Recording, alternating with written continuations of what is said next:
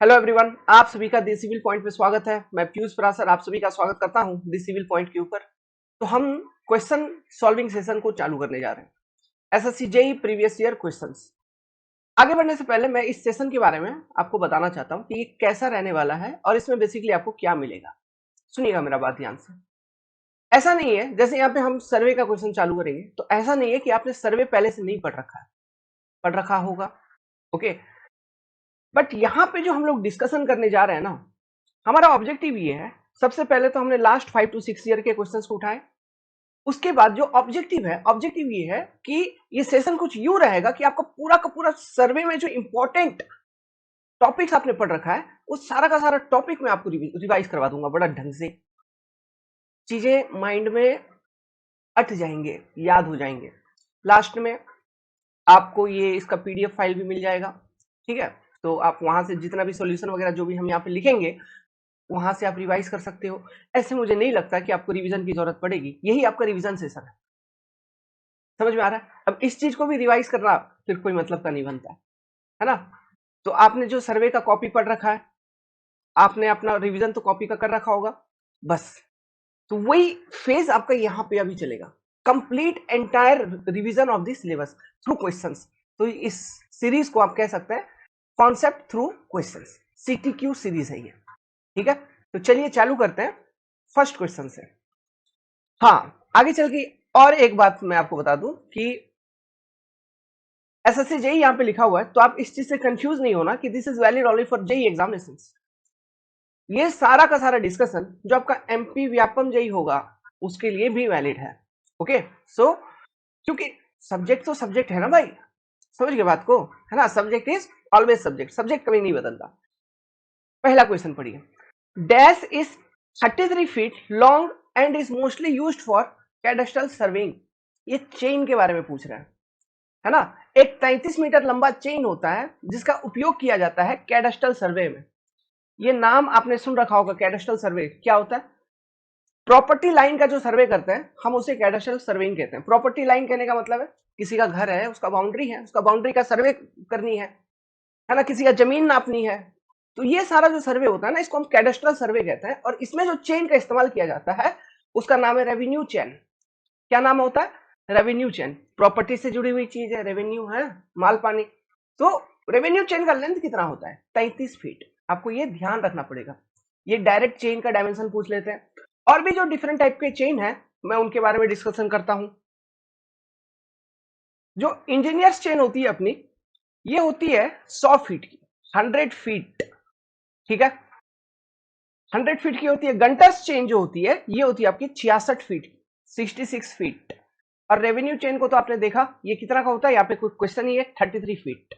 अब देखिए यहाँ पे लिंक्स का बात किया जाता है चेन में। लिंक्स का, लिंक मतलब एक कड़ी, चेन की एक कड़ी। इस तरह से चेन होगा तो उसका एक लिंक है। तो इंजीनियर्स चेन में 100 लिंक होते हैं। इसमें कितने होंगे? 100 लिंक। गंटर्स चेन में भी आपका 100 लिंक होता है। समझ में आ रहा है? ध्यान देना, इंजीनियर्स में भी 100 लिंक, गंटर्स में भी 100 लिंक। रेवेन्यू चेन जो होता है 33 फीट की लंबाई होती है इसकी, बट इसमें होती है आपकी 16 लिंक, 16 लिंक्स। समझ में आ रहा है?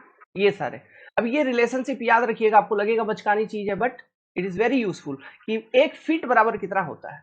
तो 1 फीट इक्वल टू 0.305 मीटर, या फिर इसी को आप एमएम में कन्वर्ट कर लेंगे तो रफली 305 एमएम, या फिर 30.5 सेंटीमीटर। तो दिस इज योर 1 फीट। ये डायमेंशन आपको याद रखना है, ठीक है। अब एक चीज मैं आपको और यहां पे बताता हूं। देखिए, आपने माइल सुन रखा है कि यूनिट होता है डिस्टेंस मेजरमेंट का, माइल। 1 माइल इक्वल टू कितना होता है? ये जो 1 माइल होती है इट इज अप्रोक्सीमेटली 1.609 किलोमीटर। अब ये मैं माइल के बारे में क्यों बता रहा हूं?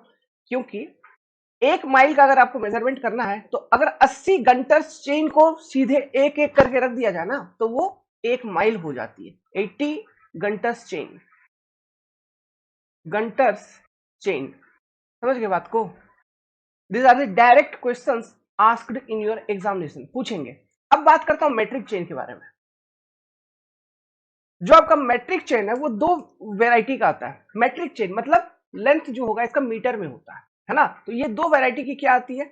एक आती है 30 मीटर वाली चेन और एक आती है 20 मीटर वाली चेन। अब देखिए जो बात है वो इंपॉर्टेंट। 30 मीटर वाली चेन में 150 लिंक होता है। कितना लिंक होगा? 150 लिंक। 20 मीटर वाले चेन में 100 लिंक होता है। ठीक है, क्लियर है? एग्जाम में जो क्वेश्चन पूछा था वो ये पूछा था कि जो मेट्रिक चेन होता है उसका पर मीटर लेंथ में रफली कितना लिंक आ जाता है। समझ रहे हैं बात को? क्वेश्चन किधर से पूछ लिया कि पर मीटर लेंथ में रफली कितना लिंक आएगा। तो आप बोलोगे कि ये भी याद करना पड़ेगा क्या? तो नहीं, ये याद करने की जरूरत नहीं है, इसलिए हम ये लिंक आपको बता रहे हैं कि इसको याद रखिए, इससे सॉल्व हो जाएगी। कैसे? देखिए, चलिए 30 मीटर का जो चेन है इस पर एनालिसिस करते हैं। तो यहां पे क्या बात कर रहा है कि 30 मीटर अगर लेंथ की चेन है, ये मान लो चेन है जिसका लेंथ है आपका टोटल इस तरह से करके 30 मीटर, तो इसमें आपको मालूम है 150 लिंक होता है। सवाल आपसे पूछा गया है कि अगर 1 मीटर में डिस्टेंस लेंथ कंसीडर करूं 1 मीटर, इसमें कितने लिंक होंगे? किसके? मैट्रिक चेन के। तो मैट्रिक चेन दो वेरिएंट का है, किसी भी एक वेरिएंट को ले लो। लेट्स सपोज 30 मीटर वाले को ले लो। ठीक है, तो एक लिंक का लेंथ कितना है वो हम निकालेंगे पहले। तो एक लिंक का लेंथ निकालने के लिए आपको क्या करना है? लेंथ ऑफ वन लिंक, ये कितना होगा बाबू लोग? 30 डिवाइडेड बाई 150, ये आ जाएगी आपको 0.2। तो इतना मीटर, 0.2 मीटर मतलब 20 सेंटीमीटर। तो 0.2 मतलब आपका 20 सेंटीमीटर है ना, 20 सेंटीमीटर कह लीजिए या फिर उसको आप 200 mm कह लीजिए। तो 200 mm की एक लिंक की लेंथ है। तो आपसे पूछा जा रहा है कि 1 मीटर में ऐसे कितने लिंक आ जाएंगे 200 mm वाले? 200 प्लस 200 प्लस 200 प्लस 200 प्लस 200, 5। कितने आएंगे? 5।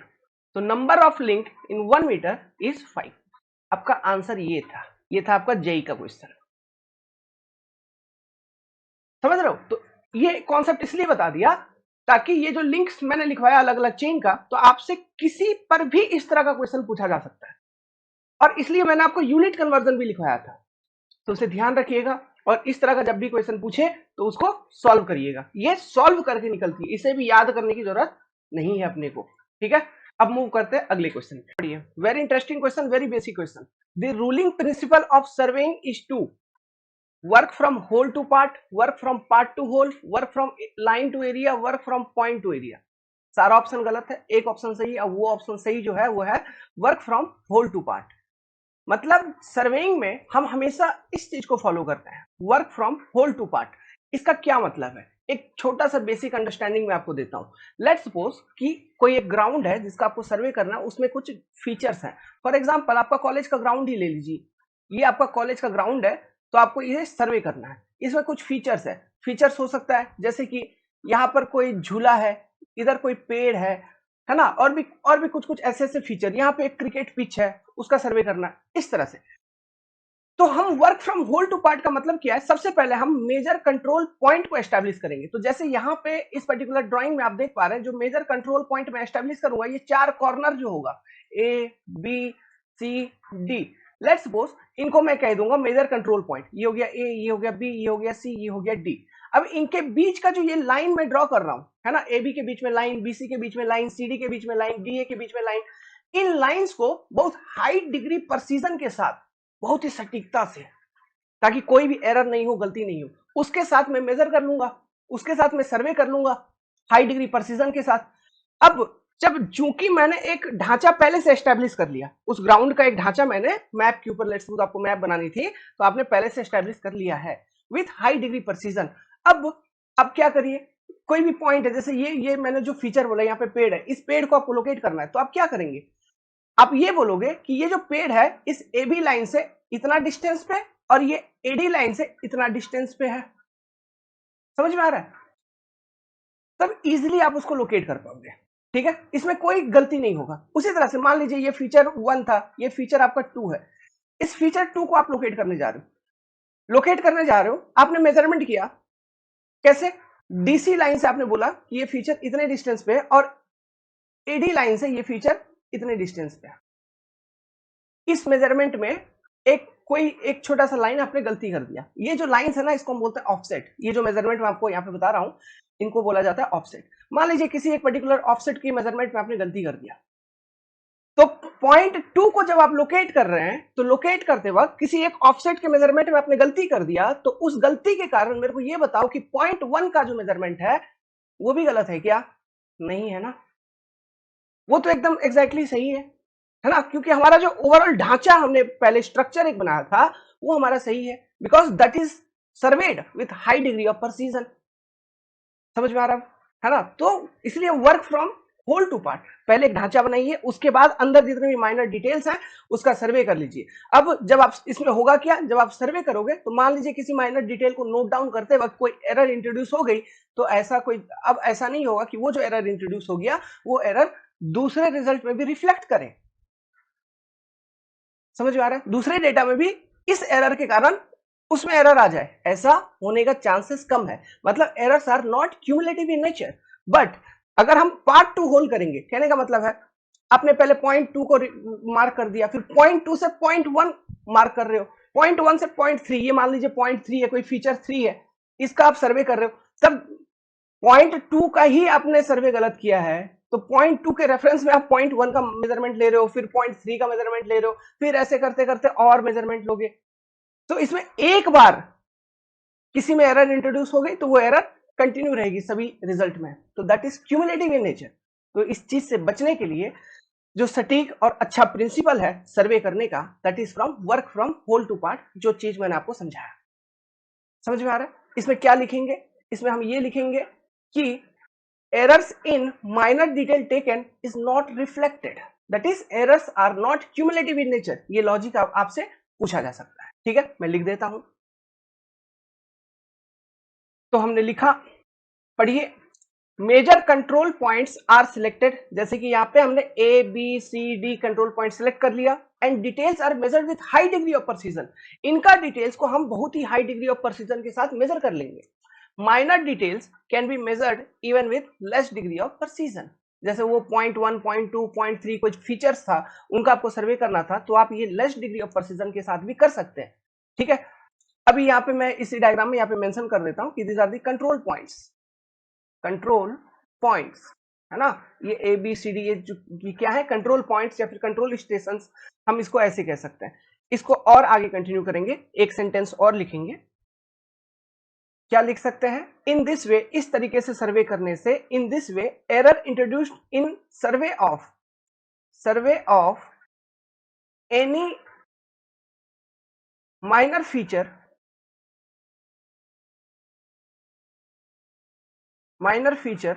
will be not reflected in entire survey।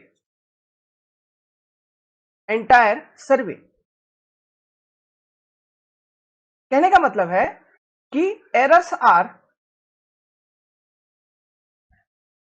Not cumulative in nature, मतलब वो ऐड होते होते नहीं जा रहे हैं, नॉट क्यूमुलेटिव इन नेचर। समझ में आ रहा है? इसलिए work from whole to part, पूरे से अंदर, अंदर से पूरे पे नहीं, पार्ट टू होल नहीं। ठीक है, ये चीजें हैं। अब देखिए, अब जो मैं इसी क्वेश्चन में एक छोटा सा और कॉन्सेप्ट में बताना जा रहा हूं, वो अपने आप में इंपॉर्टेंट है। देखिए, आपने वो बेसिक सीख रखा होगा, वैसे मैं एक बार आपको बता देता हूं। सर्वे का ना कुछ तरीका होता है, ठीक है, कुछ तरीका होता है, कहने का मतलब है कोई एक पॉइंट मैं कंसिडर कर रहा हूं, let's suppose this is my point number A. अभी इस पॉइंट का सर्वे करना है, मुझे इस पॉइंट को लोकेट करना है, तो मैं कैसे करूंगा? तो हमारे पास अलग अलग तरीके हैं, है ना, अलग अलग तरीके हैं, उसके अकॉर्डिंग अलग अलग टाइप ऑफ सर्वे हमारा बनता है। हमेशा ध्यान रखिए, किसी भी पॉइंट को अगर आपको लोकेट करना है तो आपको 2 रेफरेंस चाहिए। हमेशा किसी भी पॉइंट को आपको लोकेट करने के लिए we need 2 reference. For example, यहां पर ही मुझे ये पॉइंट ए लोकेट करना है, तो मैं क्या करूंगा, है ना, एक लाइन ड्रॉ करूंगा सबसे पहले। ठीक है, I will draw a line, ये लाइन मेरा बेस लाइन होगा, मतलब इंपॉर्टेंट सर्वे लाइन, आप ऐसे कह लीजिए। ठीक है, अब यहां से मैं क्या करूंगा, ये जो लाइन है, ये तो लाइन मैंने ड्रॉ कर दिया, फिर इन इसके जो एक्सट्रीम पॉइंट्स है इसको मैंने मार्क कर दिया। लेट्स सपोज इसको मैंने बोल दिया बी, इसको मैंने बोल दिया सी। अब मुझे चेन सर्वे करना है। मेरा जो सर्वे का कॉन्सेप्ट है it is your chain survey. Chain survey के माध्यम से मुझे पॉइंट ए को लोकेट करना है। तो मैं क्या बोलूंगा, ये पहला टाइप ऑफ सर्वे है। मैं ये बोलूंगा आपसे कि ये जो पॉइंट ए है ये सी से, ठीक है, ये पॉइंट सी से हम लेंथ इसका मेजर कर लेंगे, चेनिंग कर लेंगे। सिमिलरली पॉइंट बी से चेनिंग कर लेंगे। मैं ये बोलूंगा कि पॉइंट सी से L1 डिस्टेंस पे है, पॉइंट बी से L2 डिस्टेंस पे है। तो दो लेंथ हमने मेजर कर लिया। तो इस तरह का जो सर्वे होता है ना, जिसमें आप लेंथ को मेजर करके किसी एक पॉइंट को रेफरेंस देते हैं, है ना, किसी एक पॉइंट को लोकेट करते हैं, this type of survey is simply your chain survey. Okay. अब दूसरा जो सर्वे का कॉन्सेप्ट है वो क्या है, सिमिलरली लेट्स सपोज आपको वही पॉइंट ए को लोकेट करना था। तो आपने क्या किया, एक रेफरेंस लाइन अपना बनाया, ठीक है, एक रेफरेंस लाइन बनाया, इसका नाम है बी, इस पॉइंट का नाम है सी। हम क्या करेंगे, ये बीसी लाइन से एक ऑफसेट का मेजरमेंट कर लेंगे, ठीक है। लेट्स सपोज ये जो मेजरमेंट किया एकदम परपेंडिकुलर, जो रेफरेंस लाइन है उसके परपेंडिकुलर में है ना, तो दैट इज माय ऑफसेट। ये आपका क्या है, ऑफसेट। हमने एक ऑफसेट को मेजर किया। अब मेरे को तो दो रेफरेंस चाहिए, मैंने आपको बोला था कि जब भी मैं किसी पॉइंट को लोकेट करूंगा तो हमें हमेशा दो रेफरेंस की जरूरत पड़ेगी। तो यहाँ पे दो रेफरेंस क्या है, मैं बोलूंगा ये जो मेरा रेफरेंस लाइन था, इस रेफरेंस लाइन पे बी से हम इतना डिस्टेंस चलेंगे, कितना डिस्टेंस, जो भी आपका डिस्टेंस है ना। इस पॉइंट को मैं कह देता हूं ई पॉइंट या फिर डी पॉइंट। हम बी से डी पॉइंट तक चलेंगे, इतना लेंथ कवर करेंगे अलोंग द रेफरेंस लाइन, और डी से इतने मीटर ऑफसेट पे आपका पॉइंट ए लोकेटेड है। डी से इतने मीटर ऑफसेट पे आपका पॉइंट ए लोकेटेड है। तो यहाँ पे दो रेफरेंस हो गया कि नहीं। अगेन इस तरह का जो सर्वे होता है जिसमें ऑफसेट बनाकर हम किसी पॉइंट को लोकेट करते हैं, तो इसे कहते हैं ऑफसेट सर्वे। ओके, इसे क्या कहा जाएगा, ऑफसेट सर्वे। और आगे बढ़ते हैं थोड़ा सा इसी में। अच्छा, ये पेज खत्म हो गई, ठीक है। मैं आप खैर छोटा सा डायग्राम बनेगा, लेकिन आप समझने का कोशिश करिएगा। ऑफसेट सर्वे आपने सीख लिया। तीसरा टाइप ऑफ सर्वे के बारे में मैं आपको जानकारी देता हूं। देखिए, जैसे हमको पॉइंट ए को लोकेट करना है, ठीक है, आपको पॉइंट ए को लोकेट करना है और आपका रेफरेंस लाइन है वही बीसी रेफरेंस लाइन है आपका। अब आप क्या करोगे, हम अभी तक लेंथ का मेजरमेंट कर रहे थे।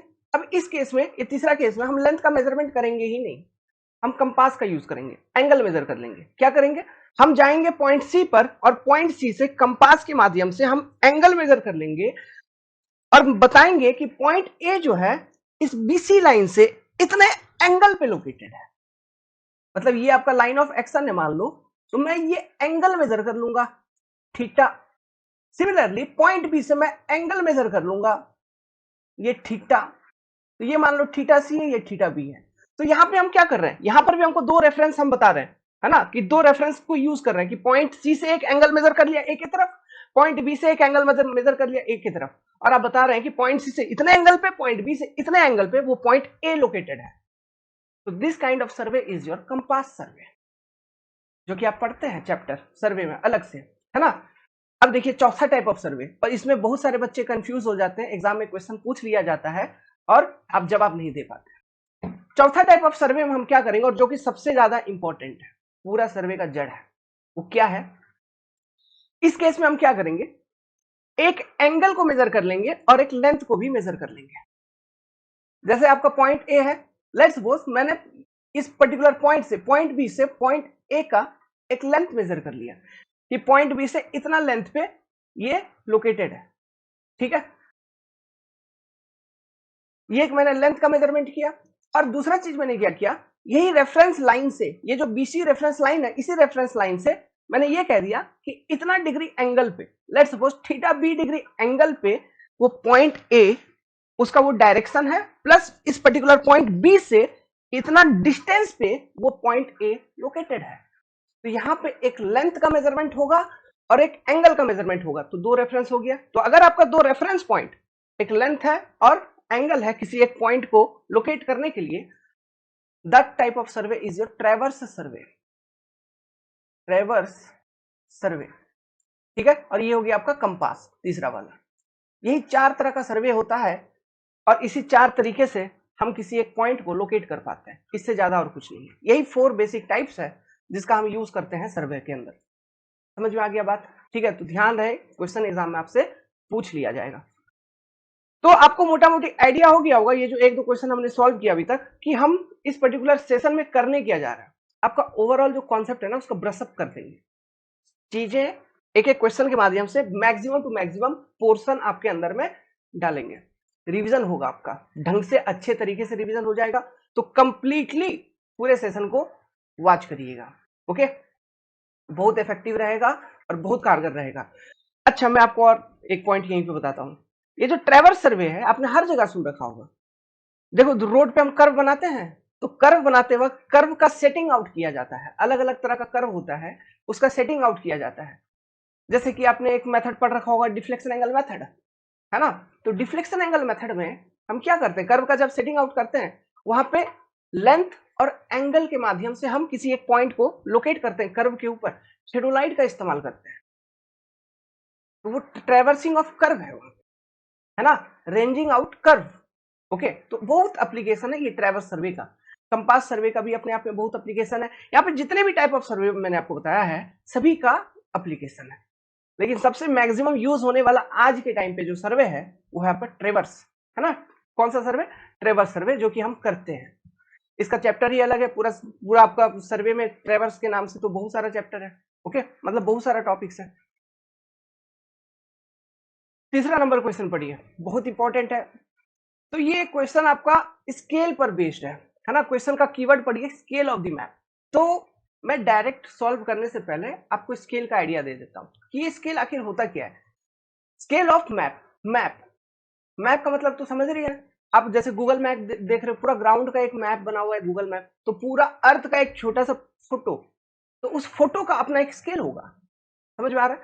तो स्केल को हम कैसे डिफाइन कर सकते हैं? स्केल को कैसे डिफाइन किया जा सकता है? देखिए, कोई एक मैप है, ठीक है? तो इस पर्टिकुलर मैप पे लेट्स सपोज एक लाइन है ए बी। समझ में आ रहा है? अब स्केल को हम अगर डिफाइन करेंगे तो हम ये डिफाइन करेंगे कि map distance upon ground distance.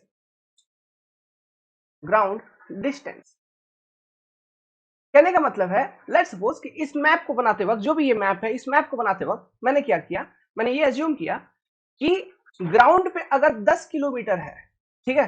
Ground पे अगर 10 किलोमीटर है, तो उसे मैं रिप्रेजेंट करूंगा मैप के ऊपर एज ए 5 सेंटीमीटर। ऐसा मैंने कुछ स्केल को एज्यूम कर लिया।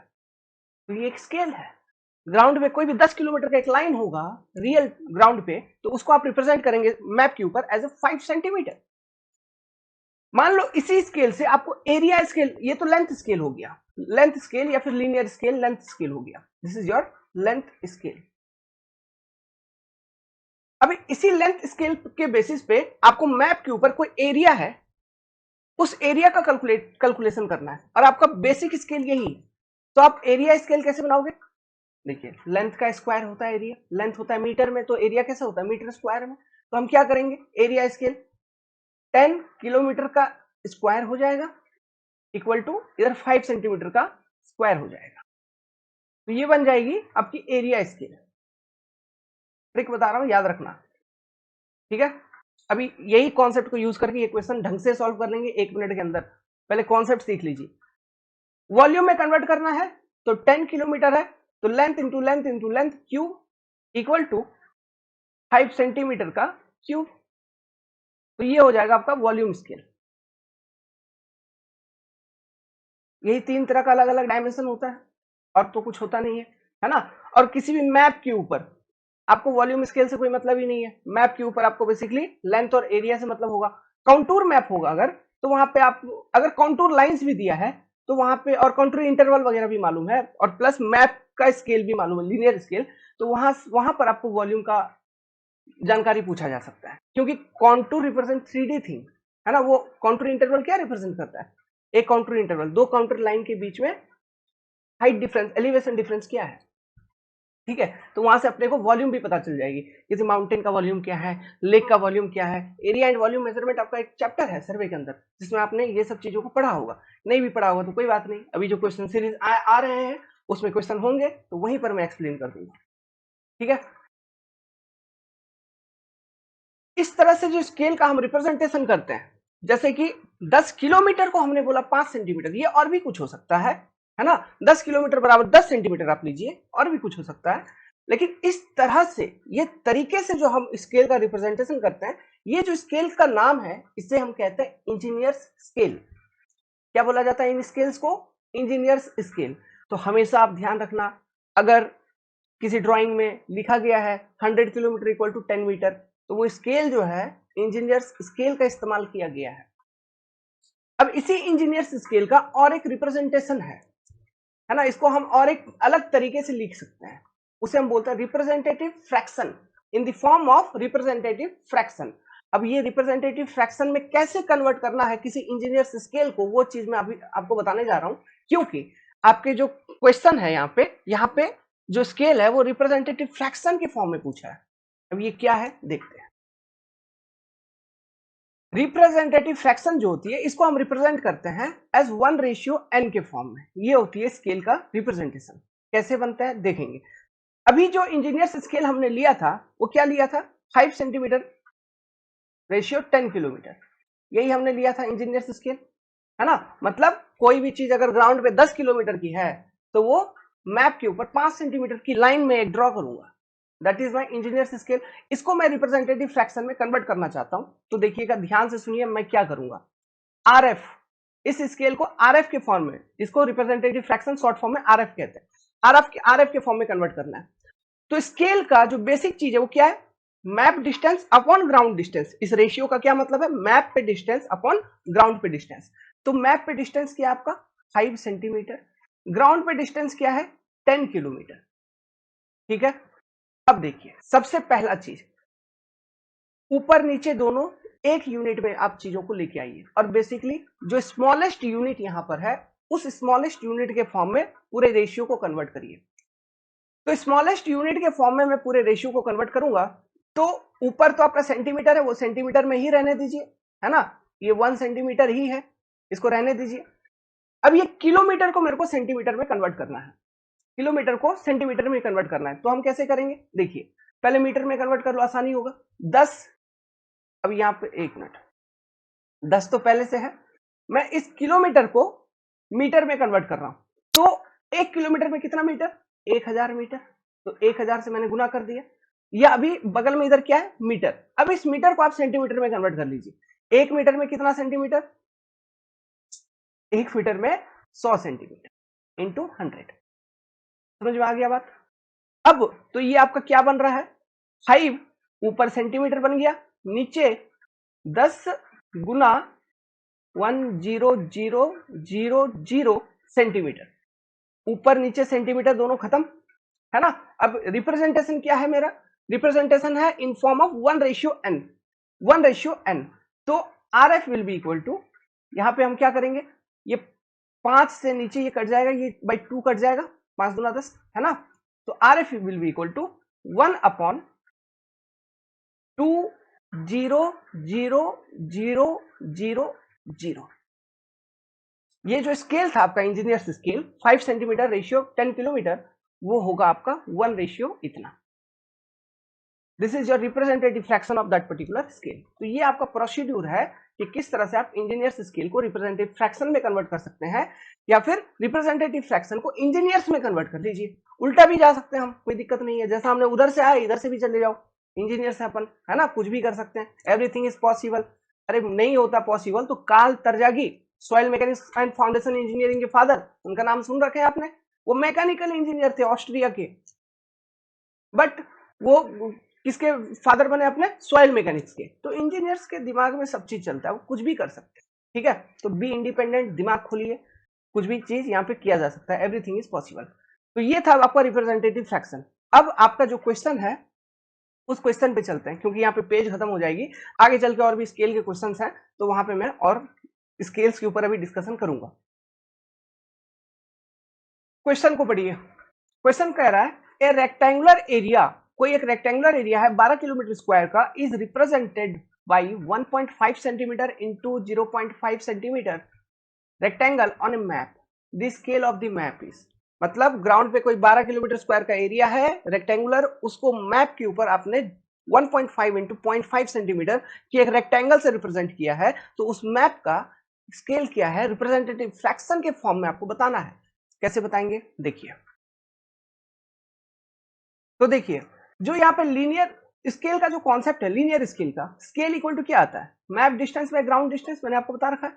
उसी तरह से अगर एरिया के टर्म्स में लिखना है, मैंने बताया था, उसी स्केल का आप स्क्वायर कर दीजिए। आप उसी स्केल का स्क्वायर कर देंगे तो वो क्या हो जाएगा, मैप एरिया अपन ग्राउंड एरिया, है ना। तो यहाँ पे अपने को क्वेश्चन में एरिया दिया हुआ है ना। तो इस एरिया को यूज करके अपने को स्केल बतानी है। तो S equal to map area मेरा कितना था 1.5 सेंटीमीटर, एस स्क्वायर है यहाँ पे स्केल का square, 1.5 centimetre into 0.5 centimetre, this is your map area divided by ground area equal to 12 kilometre square.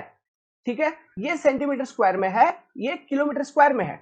अब देखो बुद्धिमानी क्या है, मैंने आपको बताया था रिप्रेजेंटेटिव फ्रैक्शन में आपको चीजें पूछी हैं, तो ये सेंटीमीटर स्क्वायर के फॉर्म में पूरे यूनिट को कन्वर्ट कर लूंगा, मतलब नीचे किलोमीटर स्क्वायर को भी मैं सेंटीमीटर स्क्वायर के फॉर्म में कन्वर्ट कर लूंगा। ठीक है, तो कन्वर्ट करने के बाद पहले लिखते हैं, तो 1.5 इंटू 0.5 का centimetre square divided by 12 into, देखना पहले मेरे को मीटर में कन्वर्ट करता हूं, फिर मीटर को मैं सेंटीमीटर में कन्वर्ट कर लूंगा।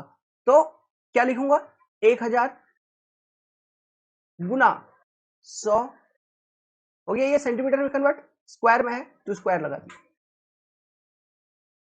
आपको क्या चाहिए, एस का वैल्यू, एस स्क्वायर का नहीं, तो एस इक्वल टू क्या हो जाएगा, रूट अंडर ऑफ ये सारी चीज 1.5 into 0.5 divided by 12 Guna 1000 into 100 का स्क्वायर।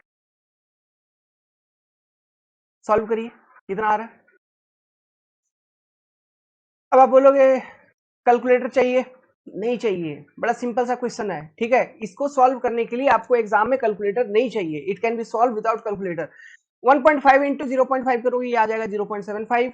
ठीक है, फिर 0.75 से 12 को डिवाइड करो, वो आ जाएगी 16, रूट अंडर से बाहर निकलेगी 16 का 4। बड़ा सिंपल, वेरी सिंपल। ठीक है,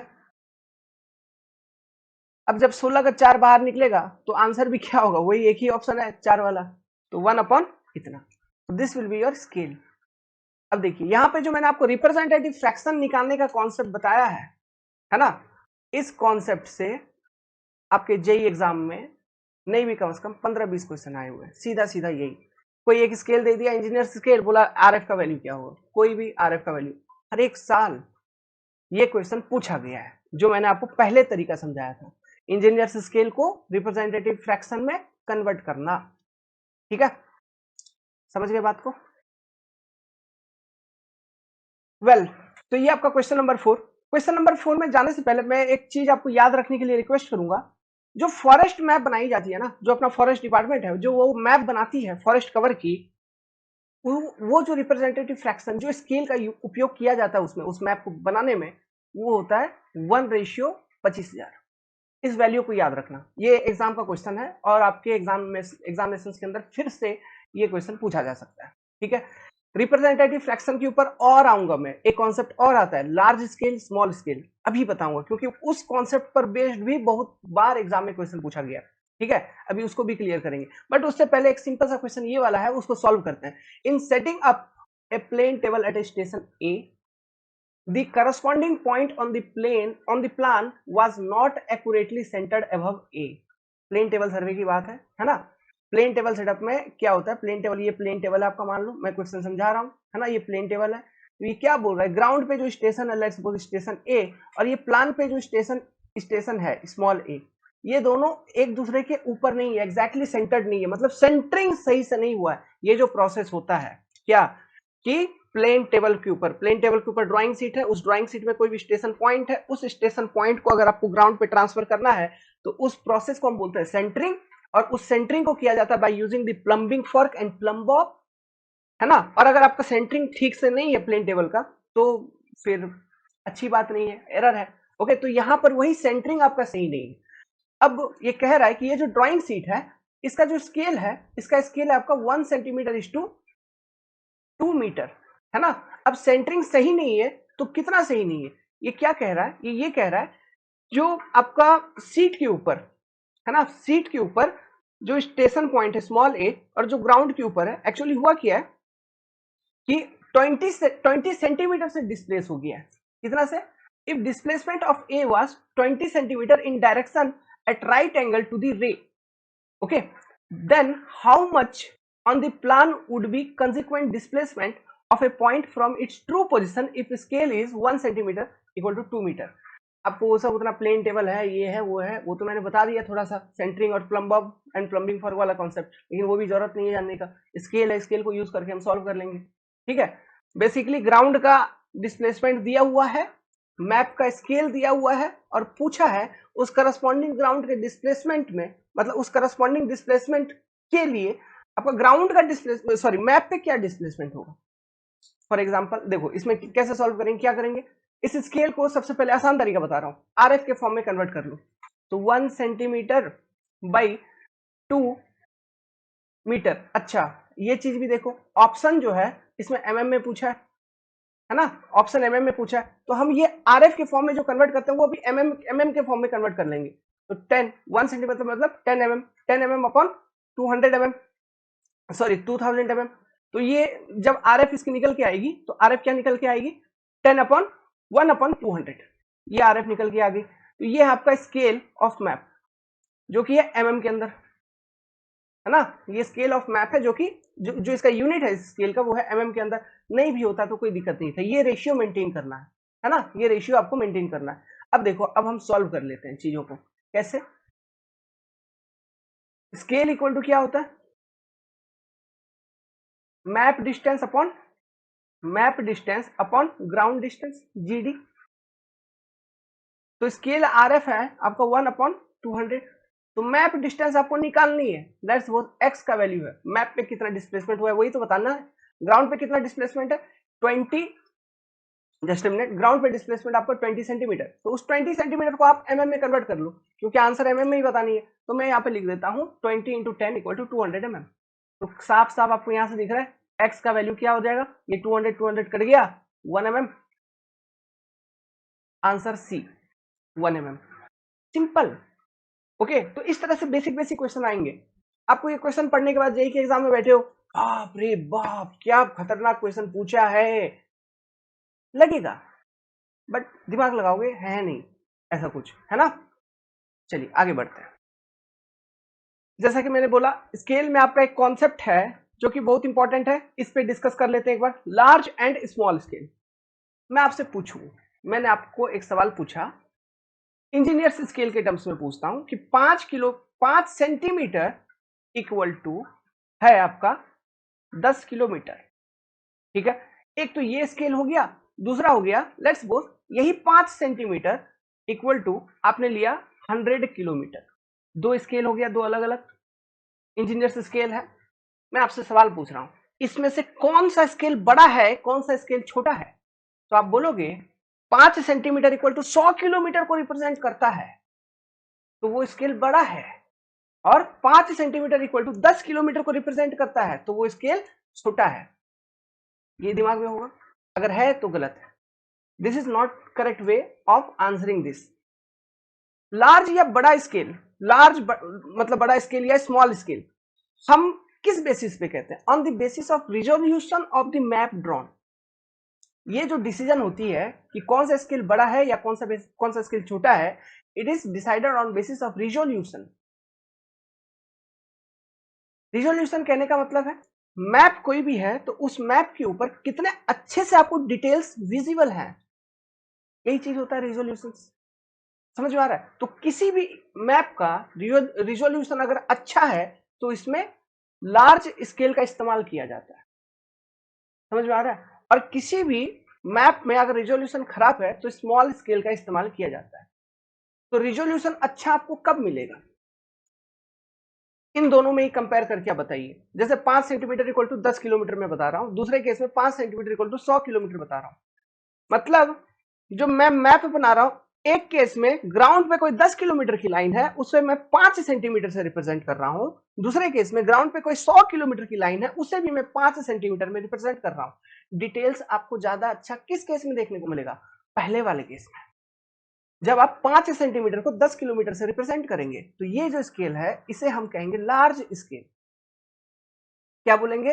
लार्ज स्केल, क्योंकि इस स्केल में जो मैप बनेगी इस स्केल को यूज करके उसका रिजोल्यूशन ज्यादा होगा, और इस स्केल को हम बोलेंगे स्मॉलर स्केल।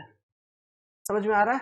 Smaller scale. तो इस तरह से आपको लार्ज या स्मॉलर स्केल को आंसर करना है। तो ये तो मैंने इंजीनियर्स स्केल के टर्म्स में आपको एग्जांपल समझाया। In form of representative fraction अगर देखोगे तो लेट्स सपोज मैं दो वैल्यू लेता हूं, 1/100, just a minute, let's suppose एक वैल्यू हो गया 1/10 और दूसरा हो गया 1/100। इन दोनों में से मुझे सेम चीज बताइए, कौन सा स्केल लार्ज है, कौन सा स्केल स्मॉल है? तो अगेन किस चीज को जज करना है? रिजोल्यूशन, कि इन ये दोनों रिप्रेजेंटेटिव फ्रैक्शन है। आप ये जज करो कि मैं कौन सा स्केल को यूज करूंगा तो बेटर रिजोल्यूशन में पाऊंगा। स्केल मतलब मैप डिस्टेंस अपन ग्राउंड डिस्टेंस। तो देखिए पहला केस में अब रिप्रेजेंटेटिव फ्रैक्शन है तो ये किसी भी यूनिट में हो सकती है, ऊपर 1 सेंटीमीटर नीचे 10 सेंटीमीटर हो सकता है, या फिर ऊपर 1 किलोमीटर नीचे 10 किलोमीटर हो सकता है, एनी यूनिट। तो लेट्स सपोज मैं यहाँ पे ये मान के चल रहा हूं कि ऊपर जो है आपका ये है, लेट्स सपोज कोई भी यूनिट ले लो सेंटीमीटर में, या फिर ऐसे हम कह सकते हैं, सिंपली इसको ऐसे समझिए कि 1 यूनिट डिस्टेंस अगर मैं मैप पे दिखाऊंगा तो वो ग्राउंड पे 10 यूनिट डिस्टेंस होगी। सिमिलरली 1 यूनिट डिस्टेंस अगर मैं मैप पे दिखाऊंगा तो ग्राउंड पे वो 100 यूनिट हो रही है। तो किस केस में मैं डिटेल्स को बड़ा अच्छे ढंग से रिप्रेजेंट कर पा रहा हूं? कौन से स्केल को यूज करके? 1 unit equal to 10 centimetre, 10 unit on ground. इसको यूज करूंगा तो जो मेरा मैप बनेगा उसका रिजोल्यूशन ज्यादा होगा। सो रिप्रेजेंटेटिव फ्रैक्शन के केस में आप सीधा सीधा यही देखना कि ये आपका लार्ज स्केल है ना, this is your large scale. Large scale ये जो है आपका स्मॉल स्केल है, स्मॉल स्केल। ये मैंने आपको एग्जांपल बताए समझाए, और ये सारा डिसीजन किस बेसिस पे हो रहा है? रिजोल्यूशन के बेसिस पे। किस केस में रिजोल्यूशन ऑफ मैप अच्छा है? मतलब अधिक डिटेल्स को आप मेंशन कर पा रहे हैं। तो जिस केस में आप अधिक डिटेल को मेंशन कर पा रहे हैं उसमें जो स्केल का इस्तेमाल किया गया है that is your large scale. जिसमें डिटेल्स कम आ पा रही है, जो स्केल इस्तेमाल किया गया है that particular scale is your small scale. Representative fraction में तो एनालिसिस करना बहुत आसान है। कोई दो स्केल के बीच में आपसे पूछ लेगा, कंपेयर करने के लिए बोलेगा कि इनमें से कौन सा लार्ज है कौन सा स्मॉल है। तो आप यही देखना जिसका डिनोमिनेटर, बस ये चीज आपको देखना है, डिनोमिनेटर जिस केस में बड़ा होगा वो स्मॉल होगी, और डिनोमिनेटर जिस केस में छोटा होगा वो हमेशा लार्ज होगा। समझ गए बात को? ठीक है, ये इस केस में। ओके चलिए, ये लार्ज एंड स्मॉल स्केल का कॉन्सेप्ट क्लियर। ये रिजोल्यूशन शब्द पूछा जा सकता है, मोर फाइनर डिटेल्स पूछा वो कहा जा सकता है। तो इन सब को ध्यान रखिएगा एग्जाम के टाइम पे, और इससे बहुत सारे क्वेश्चन आए, एम्पल नंबर ऑफ क्वेश्चन आपके एग्जामिनेशन में आया है। ओके चलिए नेक्स्ट क्वेश्चन देखते हैं क्या है। Very nice, very good. The area of A plan of an old survey plotted on this sheet is found to shrunk। Shrunk scale का कॉन्सेप्ट है, ठीक है। समझाते हैं क्या है, पहले इसको समझ लेते हैं, तब ये श्रिंकेज फैक्टर का आप जवाब दे पाओगे। ओके बहुत इजी सी सिंपल सी कॉन्सेप्ट है, इसको पहले समझते हैं। समझिए क्या है। लेट्स सपोज आपने मैप एक बनाया था, आपने क्या किया, सर्वे किया किसी इलाके का, किसी जमाने में 1980 में सर्वे किया था आपने। ओके मान लो 1980 में तुम थे, आपने सर्वे किया 1980 में, एक मैप आपने बनाई। अब समय दर समय आफ्टर लॉन्ग टाइम वो रहा रिटेन, वही मैप तो आपने पेपर के ऊपर बनाया ना, तो लॉन्ग टाइम रिटेन होने के कारण क्या हुआ, मैप सिकुड़ गया, श्रिंक हो गया, ये हो सकता है। दूसरा, जेरक्स वगैरह जब करते हैं तो ओरिजिनल कॉपी कहीं खो गया और जेरक्स वाला चीज है तो वो उसके कारण भी श्रिंकेज हो सकती है, जेरक्स के कारण इंक थोड़ा इधर उधर हो जाएगा, कुछ भी पॉसिबल है। मतलब जो आपने ओरिजिनल कंडीशन का आपका जो मैप था अब वो नहीं है, अब श्रिंक हो चुका है, बात वो है। समझ में आ रहा है? तो इसका मतलब क्या है, आप इसको कैसे समझेंगे? हम इसको ऐसे समझेंगे कि लेट्स सपोज मैप के ऊपर कोई एक लेंथ, जो ओरिजिनल लेंथ थी जो आपने बना रखा था वो था 10 सेंटीमीटर, आपने पहले सर्वे करके ड्रॉ कर रखा था, लेकिन यहां पे जैसे कह रहा है कि श्रिंक होने के बाद वो 9 सेंटीमीटर रीड करता है, मतलब श्रिंक हो गया, छोटा हो गया श्रिंकेज के कारण, अब वही लेंथ 9.7 सेंटीमीटर हो गई है। समझ में आ रहा है बात? तो यहां पे एक फैक्टर हम डिफाइन करते हैं जिसके बारे में आपको साफ साफ क्वेश्चन में ही पूछा है, जिसे हम कहते हैं shrinkage factor. Shrinkage factor, shrinkage factor. अब ये श्रिंकेज फैक्टर इक्वल टू कैसे निकालोगे? सिंपल सी चीज है, याद रखना, shrunk length upon original length. तो यहां पे इस केस में अपना जवाब क्या हो जाएगा? 9.7 अपॉन 10, जो कि है सीधे की सीधे 0.97। कैलकुलेटर हाथ चलाने की भी जरूरत नहीं है, देखो सीधा टिक लगाओ, दिमाग में होना चाहिए चीजें, है ना। ये अब जो जरूरी चीज है, ये तो आपका एक पॉइंट आपने ये सीखा कि श्रंकेज फैक्टर क्या होती है। अब देखिए, अब श्रंक स्केल के ऊपर आता हूं, जो कि और भी इंपॉर्टेंट चीज है। आपने जब ओरिजिनल कंडीशन में जब ये सर्वे करके ड्राइंग बनाया था, मैप प्लॉट किया था, उस समय जो आपका स्केल था ओरिजिनल स्केल, ठीक है, क्या after shrinkage of this particular map वही सेम स्केल इसका होगा अभी प्रेजेंट टाइम में? नो, स्केल हो गई होगी चेंज, है ना। तो वो न्यू स्केल जो है, वो स्केल का वैल्यू क्या है? उसे हम कहते हैं श्रंक स्केल, क्योंकि मैप आपकी हो गई श्रिंक, उसके बाद आप उसका स्केल बता रहे हो, तो वो अपने ओरिजिनल स्केल से चेंज हो गई होगी, तो उस स्केल को हम बोलेंगे श्रंक स्केल। तो श्रंक स्केल हम कैसे निकालते हैं? देखिए नीचे लिखता हूं, श्रिंकेज फैक्टर जो आपने निकाला था SF इंटू ओरिजिनल स्केल,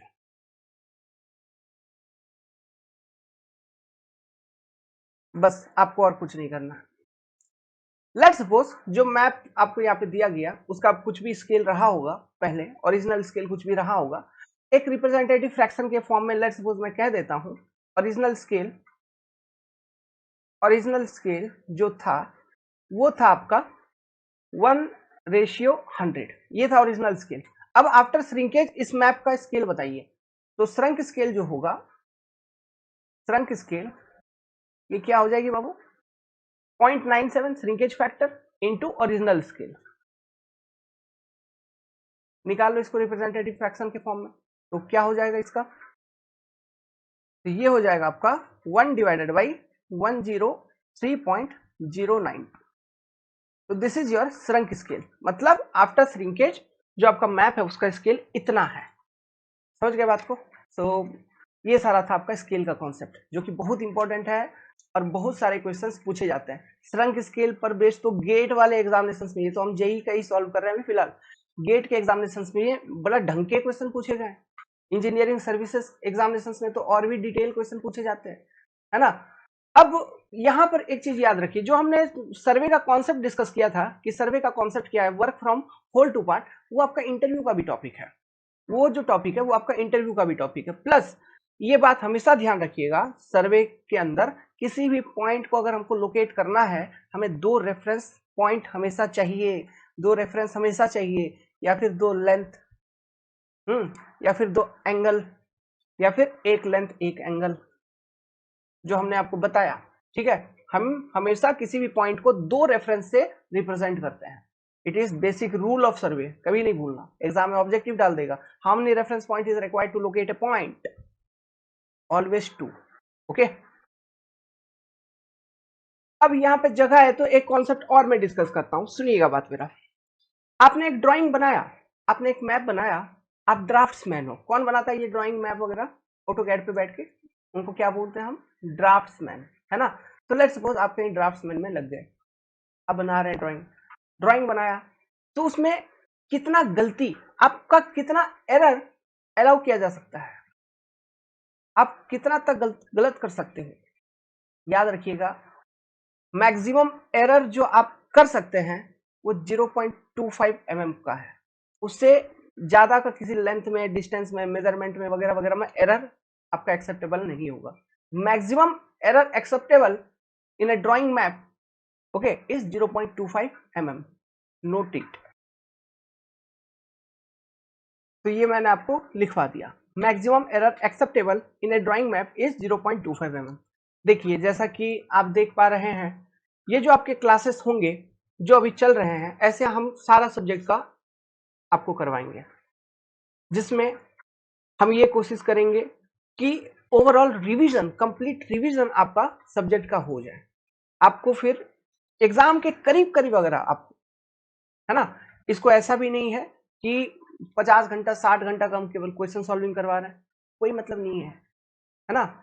ये सर्वे देखना आप, हम 2 से 3 घंटे में, मैक्सिमम 3 या 3.5 घंटा, उससे ज्यादा नहीं जाएगा, 3.5 घंटे के अंदर में क्वेश्चन सॉल्विंग के माध्यम से आपको सर्वे इतना दिमाग में डलवा देंगे ना, इतना रिवीजन करवा देंगे आपका, कि बस आप इतना ही देख के जाओगे, एग्जाम में सिलेक्शन लेके आओगे।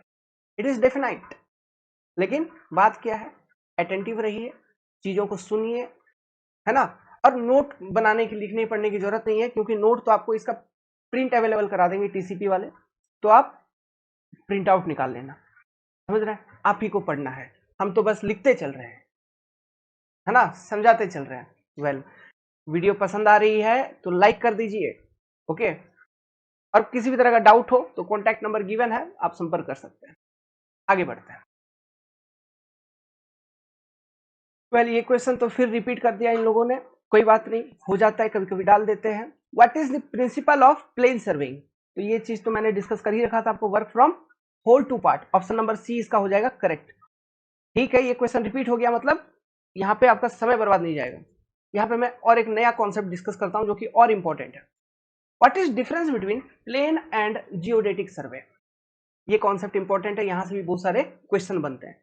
प्लेन सर्वे, प्लेन सर्वे का ये मतलब समझो कि आप किसी इलाके में हो, आप अब कहीं खड़े हो, तो जहां पर आप खड़े हो वहां से आप अपना एरिया देख रहे हो, अगल बगल सामने देख रहे हो, तो पूरा फ्लैट है, पूरा फ्लैट है, तो है ना, समतल ही तो है, पूरा फ्लैट है लगभग।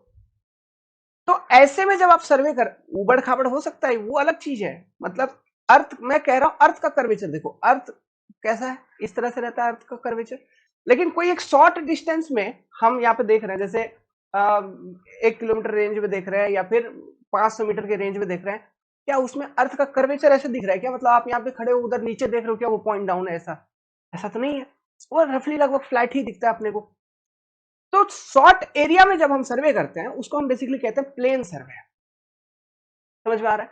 और अगर मेरा अर्थ का कर्वेचर भी हम सर्वे में कंसिडर करते हैं, है ना, जो कि करना पड़ेगा अगर आपका सर्वे का जो एक्सटेंट है वो बहुत ज्यादा है, तो ऐसे केसेस में अर्थ के कर्वेचर को भी कंसिडर करना पड़ता है। तो जो सर्वे होती है उसे हम कहते हैं जियोडेटिक सर्वे।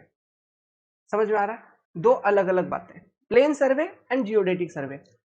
प्लम बॉब मतलब समझते हो? प्लम बॉब लट्टू जैसा होता है, एक रस्सी से हम लटका देते हैं प्लम बॉब। वो प्लम बॉब क्या रिप्रेजेंट करता है? हमेशा जब भी आप प्लम बॉब को लटकाएंगे तो हमेशा दिमाग में रखना, plum Bob always represent the line of action of gravity. क्या रिप्रेजेंट करेगा plum Bob? It will always represent the line of action of gravity. तो यहां पर जो मैंने आपको दो तरह का सर्वे बताया, एक बताया प्लेन सर्वे जो कि शॉर्ट एरिया में किया जाता है, एक मैंने बोला जियोडेटिक सर्वे जिसमें अर्थ के कर्वेचर को भी कंसिडर करना है। दो अलग अलग तरह का सर्वे बता दिया। दो अलग अलग तरह के सर्वे में आप प्लम बॉब का यूज करो। लेट्स सपोज, तो पहले आप इन सेंटेंसेस को पढ़िए जो हमने आपके लिए लिखा है। सेंटेंस है, plane survey it is the type of survey in which surface of earth is considered as a plane. हम इसको एज ए प्लेन कंसिडर करते हैं, मतलब रफली horizontal. Area of survey is less than 195.5 kilometre square. मैंने आपको बताया था एक छोटे से एरिया के लिए ये रेस्ट्रिक्टेड है। तो अगर एरिया ऑफ सर्वे आपका 195.5 किलोमीटर स्क्वायर के बराबर या उससे कम है, तो जो सर्वे आप कर रहे हैं उसे आप कहेंगे प्लेन सर्वे कर रहे हैं। This limit can be asked in your question. आगे जियोडेटिक सर्वे, जिसमें हम अर्थ के कर्वेचर को भी कंसिडर करते हैं, उस तरह का जो सर्वे होता है उसे जियोडेटिक सर्वे कहते हैं। मैंने आपको बताया था, जैसे आपका एरिया ऑफ सर्वे ज्यादा बढ़ेगा, बढ़ेगा किससे? 195.5 किलोमीटर स्क्वायर जैसे ही बढ़ेगा तो आपका सर्वे ऑटोमेटिकली वो जियोडेटिक सर्वे में आ जाएगी, क्योंकि अर्थ का कर्वेचर का इफेक्ट आने लगेगा। समझ में आ रहा है बात? ये पॉइंट आपको ध्यान में रहेगा।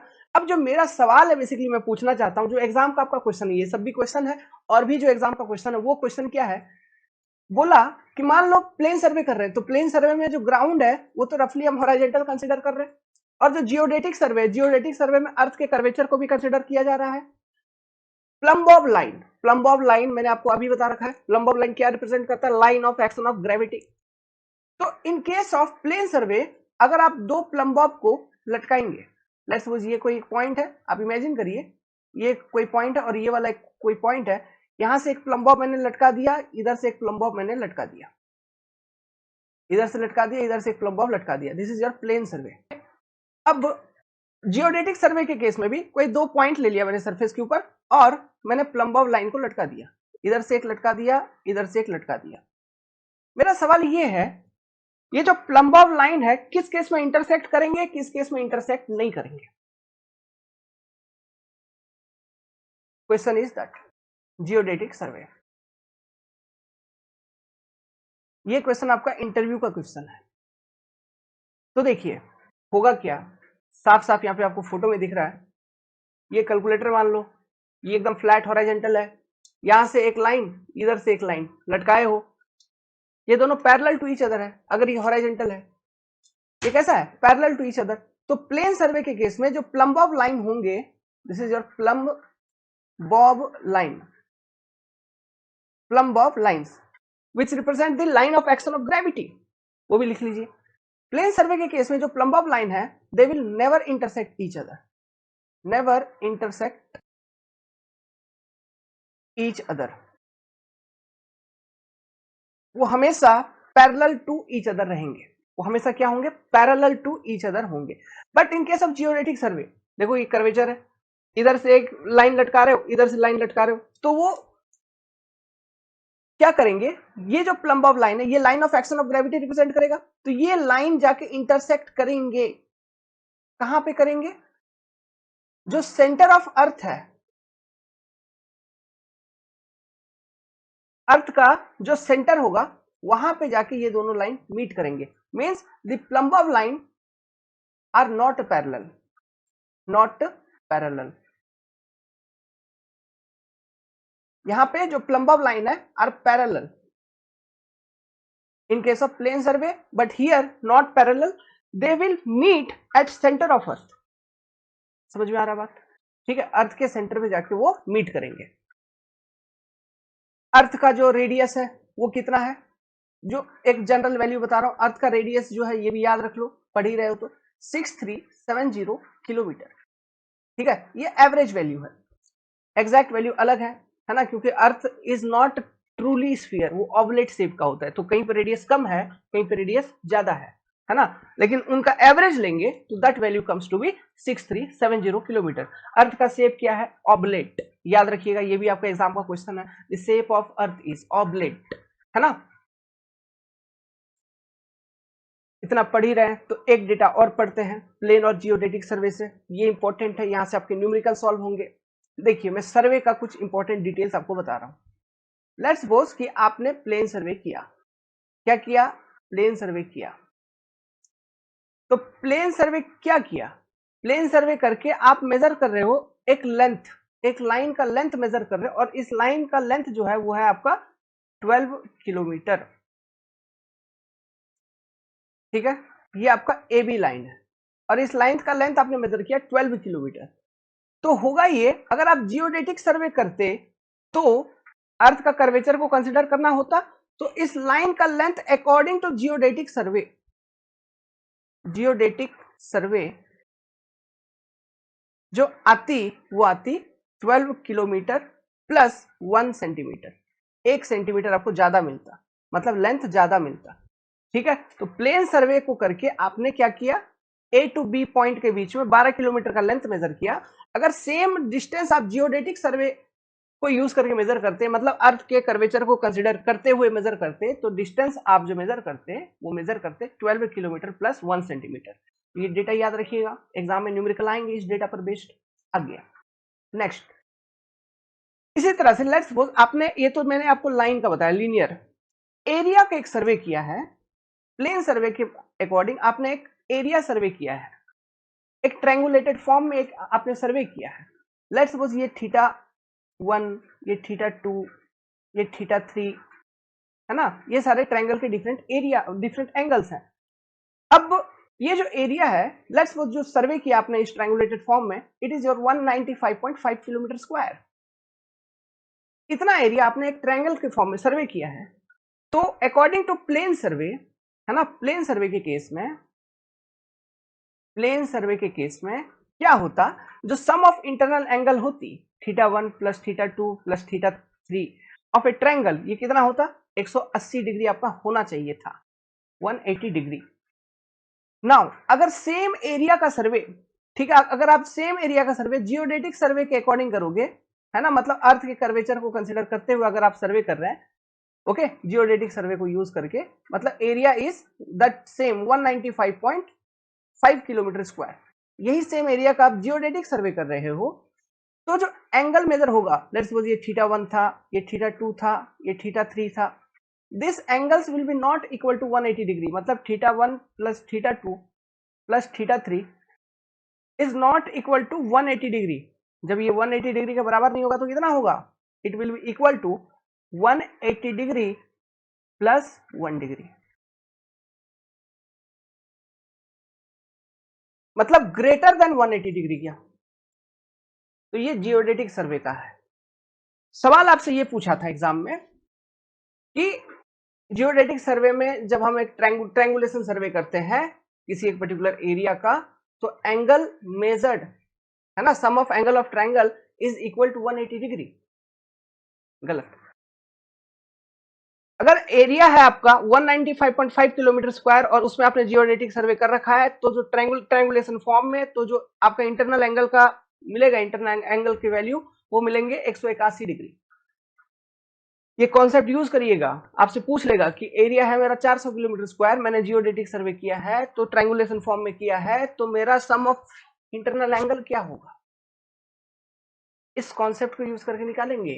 ये वैल्यू आपको याद होनी चाहिए, समझ गए, 195.5 किलोमीटर स्क्वायर याद होनी चाहिए, 181 याद होनी चाहिए, वो 12 किलोमीटर का लाइन याद होनी चाहिए, तो 12 किलोमीटर प्लस 1 सेंटीमीटर याद होनी चाहिए जियोडेटिक के केस में, ठीक है, प्लस वो प्लम्बर वाले जो कॉन्सेप्ट मैंने बताए वो आपको ध्यान में रखने हैं। क्लियर, चलिए। वेल ये क्वेश्चन आपके प्रैक्टिस के लिए बड़ा सिंपल क्वेश्चन है, स्केल बेस्ड क्वेश्चन है, आप सॉल्व करने का कोशिश करिए, क्वेश्चन को पढ़िए, सॉल्व करने का कोशिश करिए, बड़ा सिंपल सा क्वेश्चन है, कैसे करेंगे, पॉज कर लीजिए वीडियो को, सॉल्व करने का कोशिश करिए, कुछ है नहीं क्वेश्चन में, समझा रखा है मैंने। देखो क्या करोगे, रिप्रेजेंटेटिव फ्रैक्शन दिया हुआ है 1:4000, तो ये आपका स्केल है, स्केल का वैल्यू, स्केल इक्वल टू क्या होता है, map distance upon ground distance, GD, है ना। अब आपको आंसर पूछा है इन किलोमीटर, मैप पे जो डिस्टेंस दिया हुआ है वो दिया हुआ है 10 सेंटीमीटर, लाइन कोई है मैप पे, तो ग्राउंड पे वो लाइन कितना रिप्रेजेंट कर रहा होगा, तो हम सॉल्यूशन करते वक्त ही उसको, जस्ट ए मिनट, सॉल्यूशन करते वक्त ही उसको किलोमीटर में कन्वर्ट कर लेंगे, divided by 4000 equal to map distance equal to 10 centimetre, तो सेंटीमीटर को आप किलोमीटर में कन्वर्ट कर लीजिए, तो डिवाइड बाय कितना कर दूंगा, 1000 गुना 100 इंटू 1000 गुना 100, मतलब पहले मैंने मीटर में कन्वर्ट किया, फिर मीटर को फिर और डिवाइड किया मैंने 100 से, ताकि वो सेंटीमीटर में कन्वर्ट हो जाए, है ना, इंटू ग्राउंड डिस्टेंस जीडी, जिसकी वैल्यू आपको बतानी है। सिंपली सॉल्व करेंगे तो ऊपर ये कितना आ जाएगा आपका रिजल्ट, ये टोटल आ जाएगी आंसर आपकी 0.4 kilometre, this will be your answer. Simple सी क्वेश्चन थी, प्रैक्टिस के लिए थी आपकी, ठीक है। Question, question number 8, identify the biggest or longest of the main survey lines in chain surveying का कॉन्सेप्ट, सबसे बड़ा लाइन इनमें से कौन सा होगा, ये आपसे पूछा है, याद होगा आप तुरंत टिक लगा दोगे, बट सिर्फ यही याद होगा टिक लगा दोगे, एग्जाम में और अलग क्वेश्चन पूछ लिया, कभी चेक लाइन के ऊपर क्वेश्चन पूछ लिया, कभी क्रॉस लाइन के ऊपर पूछ लिया, कभी टाई लाइन पूछ लिया, कभी बेस लाइन सीधा का सीधा पूछ लिया, तब है ना, कुछ भी पूछ सकता है, किसी के ऊपर भी स्टेटमेंट बना के क्वेश्चन पूछा जा सकता है। तो मैं यहां पे आपको प्रोसीड्यूर ऑफ चेन सर्वे समझाने जा रहा हूं, आप उसको ढंग से समझिए, है ना, अच्छे से। चलिए शुरू करते हैं, क्या है प्रोसीड्यूर ऑफ चेन सर्वे। कोई एक एरिया है जिसका आपको सर्वे करना है, तो मैं एक एरिया कंसिडर कर रहा हूं, इस तरह का कोई एक एरिया है, लेट्स सपोज, है ना। अब इस एरिया में बहुत सारा फीचर्स है, मान लो यहां पर एक घर है, ठीक है, फिर इधर एक टावर है, ओके, इधर एक टावर है, इधर एक स्कूल है मान लीजिए, है ना, this is your house H, this is your school, this is your tower, है ना। इधर एक लेक है, मान लो ये क्या है, लेक है, एक्सेट्रा। ऐसे बहुत सारे अनगिनत फीचर्स हैं और आपको भेजा गया है इस एरिया का एक टोपोग्राफिकल मैप बना के लाओ। एक मैप बनाइए। सबसे पहला काम आप क्या करोगे, what you will do first, आप कंट्रोल पॉइंट सेलेक्ट करोगे, क्योंकि हमारा जो कॉन्सेप्ट है वो क्या है, होल टू पार्ट, है ना। तो ये पूरे एरिया का पहले एक स्केलेटन हम बनाएंगे, एक ढांचा बनाएंगे। तो इसके लिए हम कंट्रोल पॉइंट या फिर मेन स्टेशन चूज करेंगे। तो ऑब्वियस सी बात है, आप बोलोगे यहां पे मैं एक स्टेशन चूज करूंगा, इधर इधर एक स्टेशन चूज करूंगा, इधर एक चूज करूंगा। ये स्टेशन ऐसे होने चाहिए जिससे कि आपका जो स्केलेटन बनेगा, उस एरिया का एक आउटर लाइन जो बनेगा, वो उसके उसके अंदर सारा का सारा डिटेल्स होना चाहिए जिसका आपको सर्वे करना है ना। तो लेट्स सपोज यहां पे मैंने 4 कंट्रोल पॉइंट सिलेक्ट किए, ए बी सी डी, है ना। तो ये जो कंट्रोल पॉइंट्स है इसको मैं बोलूंगा मेन स्टेशंस। इसे हम क्या बोलेंगे, मेन स्टेशंस, मेन स्टेशंस। अब इन मेन स्टेशंस को हम क्या करेंगे, इनका लेंथ मेजर करेंगे, चेनिंग करेंगे, लेंथ मेजर करेंगे। ए टू बी का लेंथ कितना है, बी टू सी का लेंथ कितना है, सी टू डी का लेंथ कितना है, डी से ई का लेंथ कितना है। मैप का एक स्केल अडॉप्ट कर रखा है हमने पहले से ही, तो उस स्केल के अकॉर्डिंग मैप पे वो कट कर लेंगे। समझ में आ रही है बात, है ना। तो हम लेंथ मेजर करेंगे और इनके बीच में जो लाइंस ड्रॉ किया जाएगा, ये आप स्ट्रेट लाइन ऐसे ड्रॉ करोगे, ए टू बी ड्रॉ किया, फिर बी टू सी आपने एक लाइन कनेक्ट किया, फिर सी टू डी आपने एक लाइन कनेक्ट किया, है ना, फिर डी टू ई आपने एक लाइन कनेक्ट किया। तो ये बी को हमने क्या बोला, मेन स्टेशन बोला। बी सी ए सारे मेन स्टेशन है, मेन स्टेशन। तो ये मेन स्टेशन को कनेक्ट करता हुआ जो लाइन है, this is your main survey line. इसको क्या बोलेंगे, मेन सर्वे लाइंस। ये कौन से लाइंस है, ये वो लाइन है जो मेन स्टेशन या फिर कंट्रोल स्टेशन को कनेक्ट करते हैं चेन सर्वे के अंदर, ध्यान रखिए, ठीक है। अब देखिए, अब दूसरा काम मेरा क्या है, मैं और एक ऐसा लाइन बनाऊंगा जो कि इस पूरे एरिया को दो हिस्सों में बांट देगा, दो हिस्सों में डिवाइड कर देगा, है ना। मैं एक ऐसा लाइन बनाऊंगा और उस लाइन को मैं कहूंगा बेस लाइन।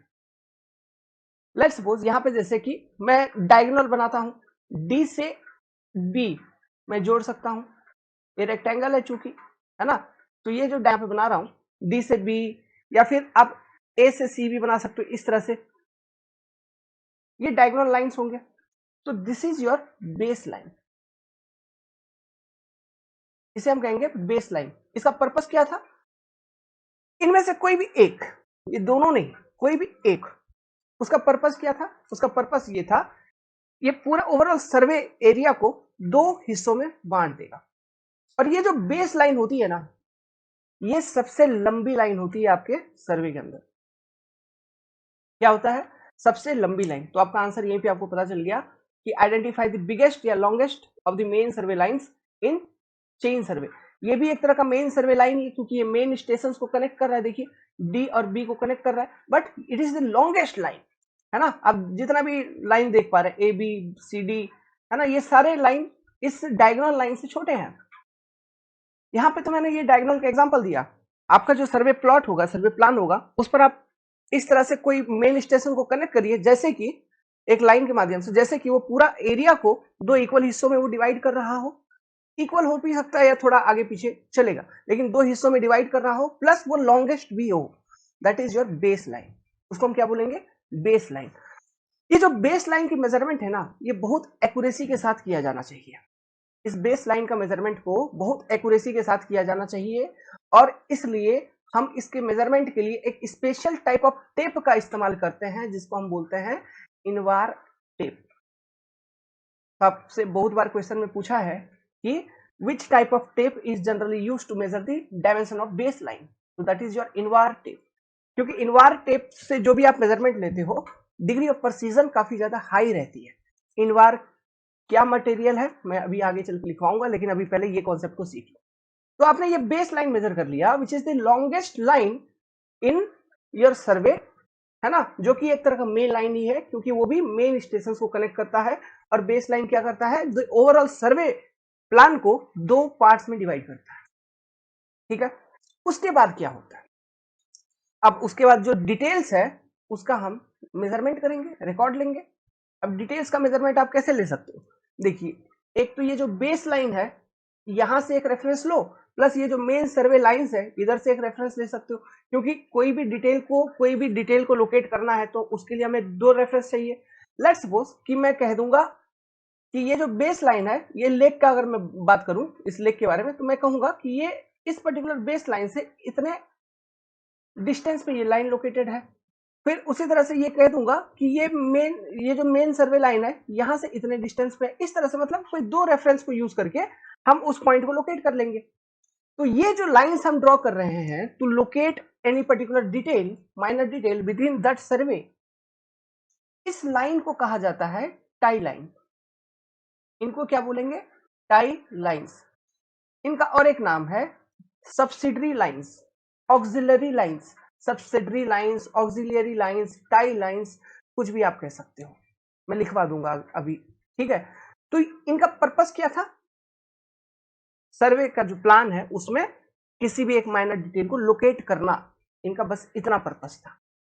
समझ में आ रहा है, इनको हम क्या बोलते हैं, टाई लाइन या सब्सिडरी लाइन या ऑक्सिलरी लाइन, तीन नाम इसके क्लियर हो गए। अब देखिए, अब एक लाइन यहाँ पे लिखा हुआ check line. Check line, let suppose आप यहाँ पर कहीं पे एक छोटा सा लाइन आप ड्रॉ कर दिए और इस चीज को ग्राउंड पे भी बड़ा ढंग से एस्टेब्लिश कर दिया और इसका भी डायमेंशन को बहुत अच्छे तरीके से मेजर करके ग्राउंड पे भी, है ना, और मैप पर भी आपने प्लॉट कर दिया और ग्राउंड पे भी फिजिकल मार्किंग कर दिया है कि ये मेरा चेक है। चेक, जैसा कि नाम कह रहा है चेक करना, क्या चेक करना, इस मैप के अंदर और जितने भी लाइन आप बनाओगे सबका प्रिसीजन को चेक करना, फिर कोई गलत तो नहीं हो रहा है, तो वो चेक करने के लिए एक लाइन हम ड्रॉ करते हैं जिससे हम कहते हैं check line, to check the precision या error in all other lines. और जितने भी लाइन होंगे सब में सबका प्रिसीजन और एरर को चेक करने के लिए हम चेक लाइन ड्रॉ करते हैं मैप के अंदर। समझ में आ गया, इसको प्रूफ लाइन भी कहा जाता है, चेक लाइन या फिर प्रूफ लाइन। तो ये सारे कुछ इंपॉर्टेंट लाइंस हैं आपके सर्वे के अंदर जो कि आपको ध्यान रखना है। तो मैं एक एक करके इनका डेफिनेशन लिखवा देता हूं। तो यहाँ पे मैं इसको लिख देता हूं मैप के अंदर, this is your check line, check यार, चेक लाइन। क्या है ना, आपके टीसीपी वालों ने जो पीडीएफ दिया है उसका डायमेंशन ही इतना है अगली बार सिस्टम चेंज करवा दूंगा, टेंशन मत लीजिए, है ना। लेकिन पीडीएफ यही वाला सिस्टम ठीक है क्योंकि इसमें लिखता चलूंगा तो आपको ये पीडीएफ का प्रिंट भी अवेलेबल हो जाएगा। लेकिन जो अदर सिस्टम है ना, उसमें फिर पीडीएफ आपको नहीं मिल पाएगी। तो यही सिस्टम सही है, आप बताना किस तरह का सिस्टम में आपको चाहिए। ओके, वेल, तो ये सारे आपके लाइन से देखिए, main survey lines joining main survey station, जैसे A B C D etcetera, ये आपका मेन सर्वे स्टेशन था। अच्छा, ये स्टेशन को कैसे मार्क करते मालूम है, एक खुट्टा होता है लकड़ी का, पेग, है ना, पेग को यूज किया जाता है स्टेशन पॉइंट को लोकेट करने के लिए।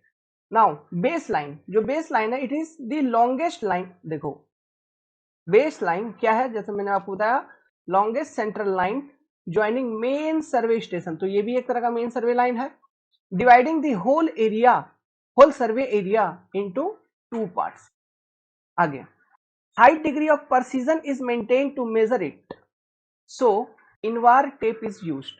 अब ये इनवार क्या है, इट इज एलॉय ऑफ निकल।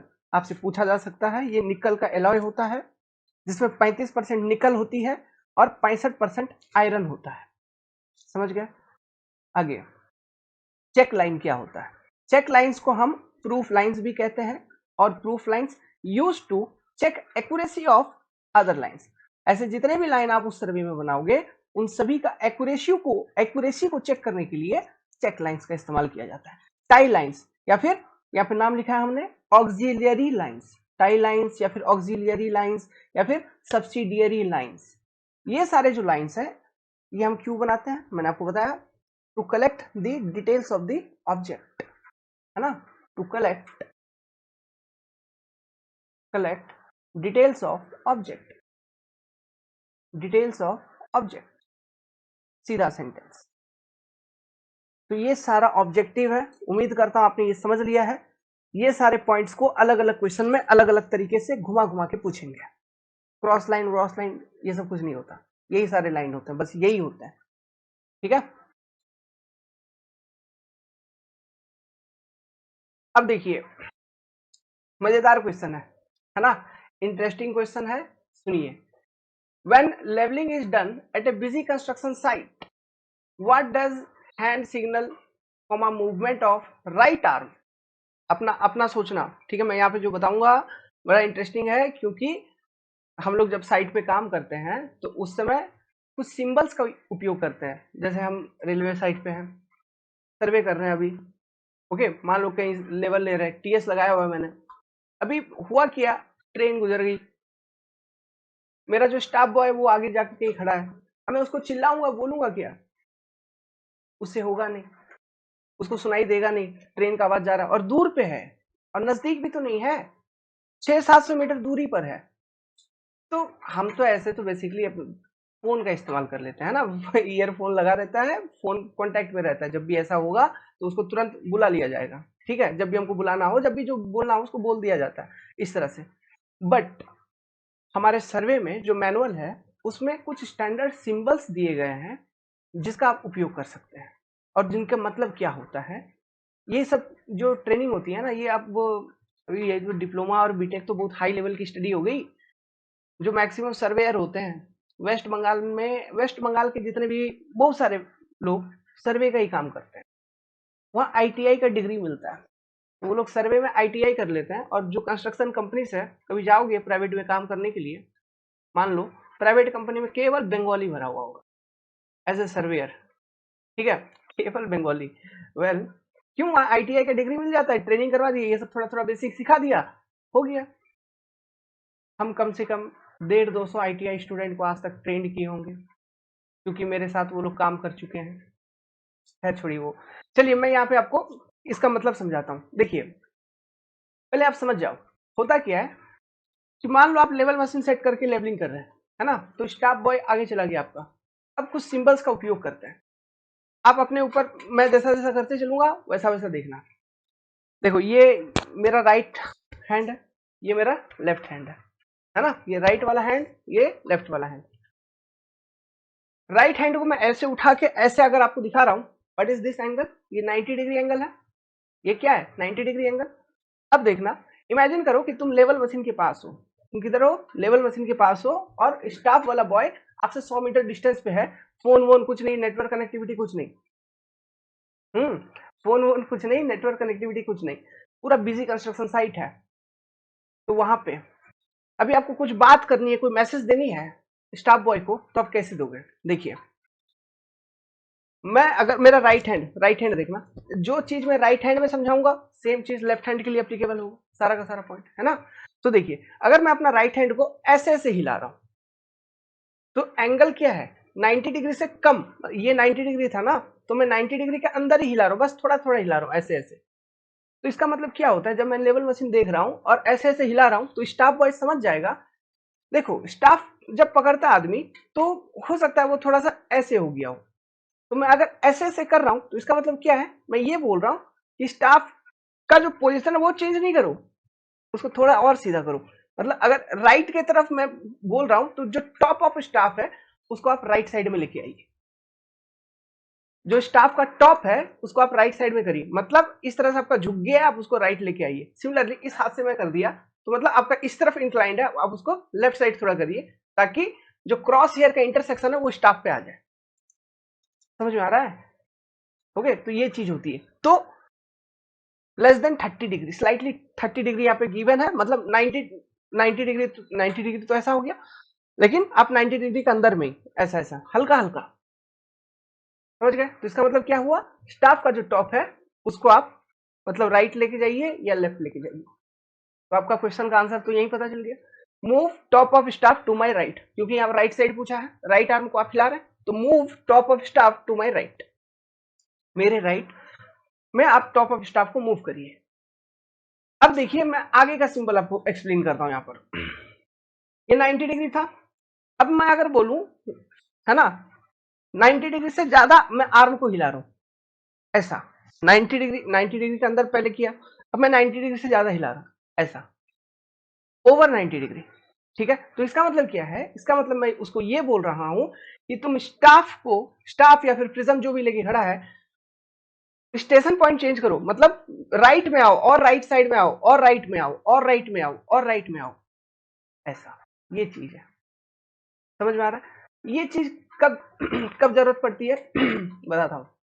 जैसे रेलवे ट्रैक का हम सेंटर लाइन मार्क कर रहे हैं, कोऑर्डिनेट डाल दिए रेलवे ट्रैक का, सेंटर लाइन का कोऑर्डिनेट डाल दिए। अब उस कोऑर्डिनेट पॉइंट को मुझे लोकेट करना है, स्टेशन पॉइंट मार्क करना है, तो मैंने मशीन में कोऑर्डिनेट फिक्स कर दिया, प्रिज्म वाले को भेजा, जाओ रे प्रिज्म दिखाओ। समझ रहे बात को, जाओ रे प्रिज्म दिखाओ। अब प्रिज्म दिखा रहा है वो, तो जो कोऑर्डिनेट है वो जैसे जैसे मैं रेफरेंस सेट कर दिया मशीन में, है ना, बार बार मैं लेजर छोड़ूंगा तो वो बताते रहेगा कि वो कोऑर्डिनेट है कि नहीं, वो कोऑर्डिनेट है कि नहीं, मैच हुआ कि नहीं, मैच हुआ कि नहीं। तो मैं बार बार उसको प्रिज्म रखवाऊंगा, है ना, तो उस वक्त रखवाऊंगा, फिर लेजर मारा, फिर देखा ये कोऑर्डिनेट और मेरा जो कोऑर्डिनेट मेरे को एस्टेब्लिश करना है मैच किया कि नहीं, फिर लेजर रखवाया, तो उस वक्त मैं उसे बोलूंगा ऐसा कि अरे और थोड़ा पोजीशन चेंज कर, पोजीशन चेंज कर, आगे पीछे आ, आगे पीछे आ। समझ गए? वो प्रिज्म लेके ऐसा नहीं कि एक ही जगह पे खड़े होके ऐसे ऐसे कर देगा, नहीं, वो आगे पीछे जाने के लिए बोलूंगा, या फिर लेफ्ट या फिर राइट। अगर राइट हैंड से दिखा रहा हूं तो मतलब और राइट में जाओ रे, अगर लेफ्ट से दिखा रहा हूं और लेफ्ट में आओ रे, है ना, समझ रहे बात को, ये चीज होती है। और एक सिंबल आपको बताता हूं, देखो सिंबल है कि मान लो ये लेफ्ट राइट दोनों समझ में आ गया, ये मान लो जैसे ये सेंटर लाइन मार्क कर रहा हूं, मशीन में जो कोऑर्डिनेट है और प्रिज्म भी एग्जैक्टली वहीं पे रख दिया और दोनों मैच कर रहा है, दोनों कर गया मैच, मेरे को मालूम हो गया रे रे मेरे को सेंटर पॉइंट मिल गया। अब मैं क्या बोलूंगा, स्टेशन बना, स्टेशन तो कैसे बोलूंगा, मैं क्या करूंगा, अपने दोनों बाजू को फैला दूंगा, ऐसा समझो कि ये पूरा एक्सटेंड कर दिया, फैला दिया, अंगूठा जो है ये ऐसे रखूंगा मैं, है ना, ये पूरा ओवरऑल कॉन्सेप्ट होती है, दोनों बाजू को फैला दिया, अंगूठा को रखा और अंगूठा को मैं नीचे दिखा रहा हूं ऐसे, अरे स्टेशन मार्कर आपका पॉइंट हो गया। आप दोनों बाजू फैला कर सकते हो या फिर एक ही बाजू को फैला करके ऐसे भी कर सकते हैं, है ना, लेकिन मैनुअल में जो है आपका कोड में जो है, कोड में जो दिया जाता है वो कि दोनों को फैला के ऐसे ऐसे शो ऑफ करो, ठीक है, मतलब दोनों को फैला के नीचे, दोनों बाजू, ध्यान रहे दोनों बाजू, क्योंकि अगर आप एक बाजू को फैलाएंगे उसका कॉन्सेप्ट अलग हो जाएगा। मान लो मैंने एक बाजू को फैलाया और इस तरह से मैंने थंब को रखा और नीचे दिखा रहा हूं, इसका मतलब क्या है, मैं बोल रहा हूं कि स्टाफ को नीचे करो, लोअर करो। समझ में आ रहा? या फिर एक बाजू को फैला के, या फिर ये वाला वो वाला जो भी, कोई लेफ्टी है कोई राइटी है, इसमें कोई ये नहीं है, एक बाजू को फैला के पूरा पूरा आर्म को मैंने पूरा खोल दिया है और ऊपर दिखा रहा हूं ऐसा, तो स्टाफ को ऊपर उठाओ रे, खोलो और खोलो स्टाफ को, ये मैसेज आती है। समझ में आ रहा है बात, मैं जो बोल रहा हूं आपको समझ में आ रहा है? ये सारा काम आपको प्रोसीड्यूर समझ में आया, सिंबल समझ में आया, है ना, तो आप क्वेश्चन में उसी के हिसाब से देख लेना। अब एक चीज और बताता हूं, मान लो उसको बुलाना है बंदे को, क्या करोगे, सिंपल चीज है, देखिए जैसे मैंने बोला कि दोनों बाजू खोल के नीचे ऐसे दिखाओगे तो मतलब स्टेशन मार्क करना है, तो उसी तरह से आप दोनों बाजू खोल के ऐसे ऐसे करते हैं, जैसे थप्पी नहीं बजाता, है ना, तो हम ऐसे ऐसे करते हैं, या फिर ऐसे ऐसे ऊपर ऐसे ऐसे दिखा दिया, मतलब हो गया खत्म हो गया, आ जाओ, है ना, वो तो ऐसे दिखाया जाता है, कोई लोग ढीठ होते हैं नहीं समझते हैं, है ना, दूरी पर है नहीं समझ रहे हैं, इसलिए ऐसे ऐसे ऐसे ऐसे ऊपर उठा के करते हैं, क्योंकि जो बेसिक प्रोसीड्यूर है वो क्या है, आप ऐसे उठाइए, सर पे हाथ रखिए ऐसे, है ना, या फिर सर के ऊपर से ऐसे ऐसे कर लीजिए थोड़ा, तो इससे क्या होगा, वो समझ जाएगा कि जो स्टाफ बॉय है उसको हम बुला रहे हैं अपने पास, हो गया काम खत्म, आ जाओ। तो ये सारे स्टैंडर्ड साइन एंड सिंबल्स हैं जिसका यूज किया जाता है। तो अभी जो आपका क्वेश्चन था उसमें आप समझ जाइए, अगर आपको जो ध्यान है, अगर नहीं ध्यान है तो फिर से एक बार रिपीट करके देखो जो मैंने आपको सिंबल बताया, और खुद में प्रैक्टिस करो, जरूरी है, आपको याद रखने की ये सब जरूरत नहीं है, बस साइन है ना, बेसिक क्वेश्चन था, पूछा जा सकता है। तो इसका मतलब क्या हुआ, अगर हम थोड़ा सा बाजू खोल के ऐसे बोले और राइट साइड में कर रहे हैं, मतलब स्टाफ को मेरे राइट में लेके आओ, उस तरह से इधर स्टाफ को मेरे लेफ्ट में लेके आओ, 90 डिग्री से एबव में, एबव 90 डिग्री अगर मैं कर रहा हूं तो स्टाफ को लेफ्ट राइट में लेके जाओ, ठीक है, उसका टॉप को नहीं हिलाओ, स्टाफ को ही थोड़ा राइट में रखो। एग्जांपल बताया सेंटर लाइन के टाइम पे, उसी तरह इधर अगर मैं ओवर 90 डिग्री लेफ्ट हैंड को करूं, तो स्टाफ को मेरे लेफ्ट में लेके जाओ। तो ये सारे बेसिक चीजें हैं, ठीक है। ठीक है, स्टेशन पॉइंट एस्टेब्लिश करना है, मतलब दोनों बाजू को फुल खोल के नीचे से अंगूठा दिखाइए, मतलब वहां पे स्टेशन बनाओ, पॉइंट बनाओ। समझ में आ रहा है? वो चीज बुलाना है, दोनों बाजू को खोल के अपने सर के ऊपर हाथ को ऐसे ऐसे सेक कर दीजिए या फिर ऐसे रखिए, वो समझ जाएगा, ठीक है, कि उसको बुलाया जा रहा है, तो वो वापस आ जाएगा। और स्टाफ को ऊपर या नीचे करवानी है तो राइट हैंड या लेफ्ट हैंड जो भी है, लेफ्टी राइटी जो भी है, वो खोल लो अपना। नीचे करवानी है तो अंगूठा को नीचे दिखा के एक एक बाजू खोल के नीचे, ऊपर तो एक बाजू खोल के ऊपर, वो समझ जाएगा कि ऊपर नीचे करने बोल रहा है। समझ गया? तो ये तो आपका इस क्वेश्चन का जो आंसर होगा वो क्या हो जाएगा, move top of staff to my right, क्योंकि ये राइट वाला सिस्टम पूछ रहा है, तो top of staff my right. समझ गया? क्यों वो ऐसा होता है मैंने आपको बता रखा था, हमको बेसिकली एकदम वर्टिकल पकड़ना है। और देखिए कुछ स्टाफ में जैसे टीएस का जो प्रिज्म होता है उसमें तो बबल ट्यूब रहता ही है ना, उसको भी हमको सेंटर में करना होता है, तो उसमें ये झंझट नहीं आती। लेकिन मैनुअल जो स्टाफ है, लेवलिंग कर रहे हो, वो पकड़े और ज्यादा खोल दिए हो, तो जो स्टाफ पकड़ता है तो ऐसे कभी ऐसे हो जाएगा, सेक करते रहता है ना, या फिर कभी ऐसे हो जाएगा, सेक करते रहता है, तो इसलिए इस सिंबल की जरूरत पड़ती है कि थोड़ा इधर करो, थोड़ा ऐसे करो, थोड़ा ऐसे करो। ओके, तो ये आपका एक बेसिक क्वेश्चन था, ढंग का क्वेश्चन था, फील्ड एक्सपीरियंस आपने यहाँ से सीखा, काफी इंपॉर्टेंट क्वेश्चन थी। तो इसी के साथ इस वीडियो को मैं, इस सेशन को यहीं पे समाप्त करता हूँ। और आप लोग कमेंट करिए, बताइए, रिव्यू दीजिए कि कैसा लगा आप लोगों को क्लासेस।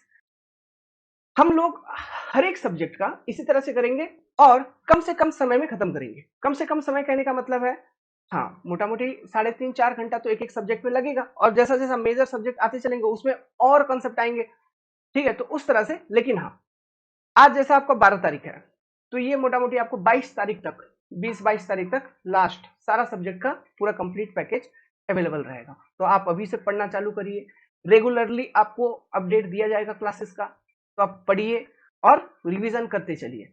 और हमारा जो एक मोटिव होगा यहाँ पे, हम जो क्वेश्चंस यहाँ पे पुट करेंगे, जो पुट करवाएंगे, मैं स्पेशली चेक भी करूंगा कि कौन कौन सा क्वेश्चन डालना है, ताकि उस हिसाब से मतलब पूरा का पूरा सिलेबस का अपना कवरेज हो पाए। समझ में आ रहा है आपको? सो अगर पसंद आई तो लाइक कर दीजिए, कमेंट कर दीजिए, और 7008420353 यहाँ पर आप अपना रिव्यू भी शेयर कर सकते हैं। धन्यवाद, थैंक यू वेरी मच।